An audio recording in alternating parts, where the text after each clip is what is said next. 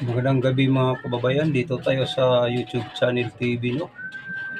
Shout out pala sa ating mga lahat ng mga viewers. Magandang gabi sa lahat ng mga OFWs. Magandang gabi lahat sa mga DDS vloggers. Magandang gabi sa Ara Duterte.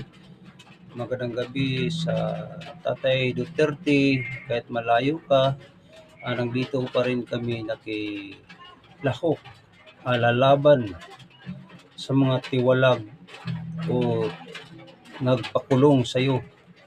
Dinadaan namin sa kahanginan, mga kababayan. Kasi ito lang ang ating mga paraan na idaan natin sa kahanginan sa social media. Bongbong Marcos, makikayos ka nga sinasabi nga walang kapalit. Hindi ka ba nahiya sa sarili mo? Ikaw, may plano ka na nga ma-impeach. Pinakulong mo si Tatay Duterte, tapos i-impeach mo si Sara Duterte. Ano pa para bumagsak ang mga Duterte? Minahal si Duterte pati si Inday Sara sa mga taong bayan. Bakit nasasabi namin sa mga DDS kami vlogger?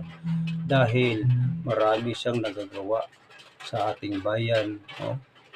Hindi kami matatakot nga gumagala kahit mahating gabi dahil peaceful ang pagdala ni Tatay Duterte sa ating bansa. Sabi niya, kapag hindi kayo tumigil, mananagot kayo. Ano bang sinasabi ni Tatay? Isang warning lang yan. Tapos sabihin yun, maraming pinapatay si Duterte. Walang pinapatay.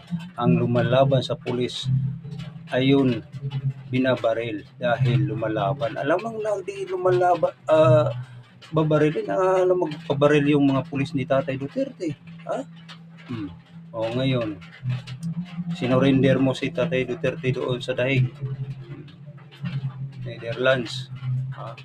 Wala kang utang na loob, wala kang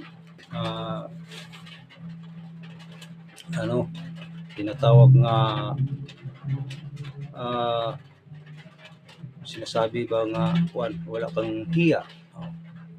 Sabi namin